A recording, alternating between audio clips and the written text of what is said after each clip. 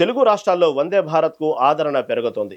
ఇప్పటికే నడుస్తున్న వందే భారత్లో ఒకటి మినహా అన్నింటికీ ఆక్యుపెన్సీ బాగుంది. దీంతో ప్రధాన మార్గాల్లో వందే భారత్ కోసం పెద్ద ఎత్తున డిమాండ్లు వస్తున్నాయి. నిత్యం ప్రయాణించే ప్రధాన రైళ్లలో వెయిటింగ్ లిస్ట్ ఉండటంతో ఆ మార్గాల్లో వందే భారత్ను తీసుకొచ్చేలా రైల్వే అధికారులు కసరత్తు చేస్తున్నారు.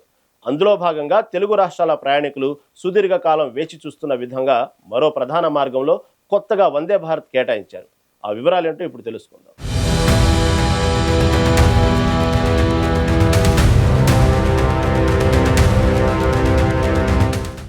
దేశవ్యాప్తంగా కేంద్రం వందే భారత్ రైళ్లను నడుపుతుంది. ఈ రైళ్లకు ప్రయాణికుల నుంచి ఆదరణ వస్తుంది.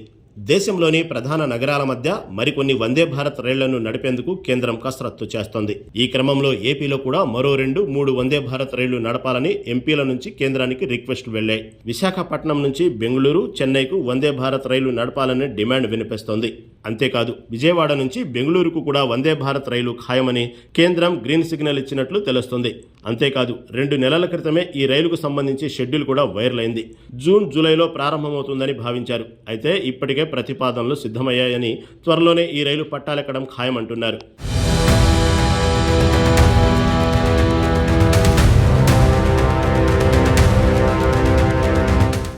వాస్తవానికి విజయవాడ నుంచి బెంగళూరుకు రైలు ప్రయాణం దాదాపు 10 నుంచి 12 గంటలు పడుతుందని, విజయవాడ నుంచి బెంగళూరుకు వందే భారత్ ఎక్స్ప్రెస్ రైలు అందుబాటులోకి వస్తే ఈ రైలు ప్రయాణ సమయం 12 గంటల నుంచి దాదాపు 8 నుంచి 9 గంటలు తగ్గుతుందని, ఈ రైలు బెంగళూరుకు వెళ్లే వారికే కాకుండా తిరుపతి వెళ్లే భక్తులకు కూడా ఉపయోగపడేలా ప్లాన్ చేస్తున్నారు.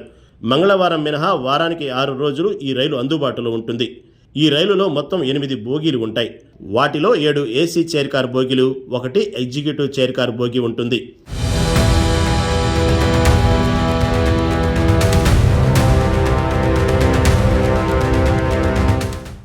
సికింద్రాబాద్ టు నాగాపూర్ మధ్య ప్రస్తుతం వందే భారత్ నడుస్తోంది. పూణేకు ఉన్న డిమాండ్కు అనుగుణంగా కొత్త రైల్వే సికింద్రాబాద్ నుంచి పూణే వరకు దీన్ని ప్రవేశపెట్టబోతున్నారు. ప్రస్తుతం సికింద్రాబాద్ నుంచి పూణేకు కేవలం శతాబ్ది ఎక్స్ప్రెస్ ఒకటే నడుస్తోంది.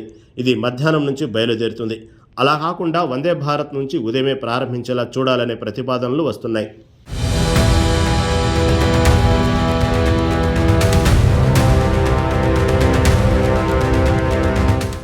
సికింద్రాబాద్ నుంచి నాగ్పూర్ మధ్య ప్రవేశపెట్టిన వందే భారత్కు ఆక్యుపెన్సీ పెరగటం లేదు. ఈ రైలు ప్రవేశపెట్టడమే 20 రేక్స్తో ప్రవేశపెట్టారు. ప్రయాణికుల నుంచి ఆదరణ లేకపోవడంతో బోగీలు కుదించి 8 బోగీలతో నడపబోతున్నారు.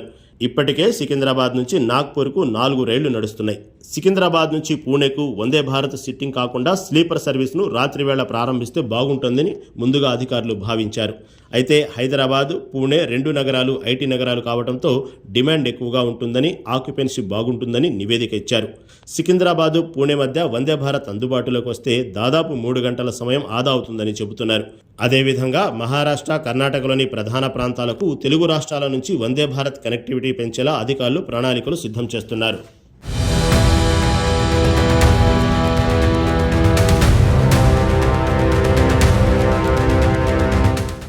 ఇక ఇప్పటికే విజయవాడ నుంచి బెంగళూరుకు వయా తిరుపతి ఖరారైన వందే భారత్ త్వరలో పట్టాలెక్కాల్సి ఉంది. సాంకేతిక కారణాలతో ఆలస్యం అవుతోంది. అదేవిధంగా వందే భారత్ స్లీపర్ రైళ్లు ప్రారంభం వేళ తొలి విడతలోనే తెలుగు రాష్ట్రాలకు కేటాయింపు ఉంటుందని అధికారులు చెబుతున్నారు. సికింద్రాబాద్ నుంచి ఢిల్లీ, విజయవాడ నుంచి అయోధ్య 2 మార్గాల్లో స్లీపర్ కోసం ప్రతిపాదనలు ఉన్నాయి. దీనిపైన రైల్వే శాఖ త్వరలో నిర్ణయం తీసుకోనుంది.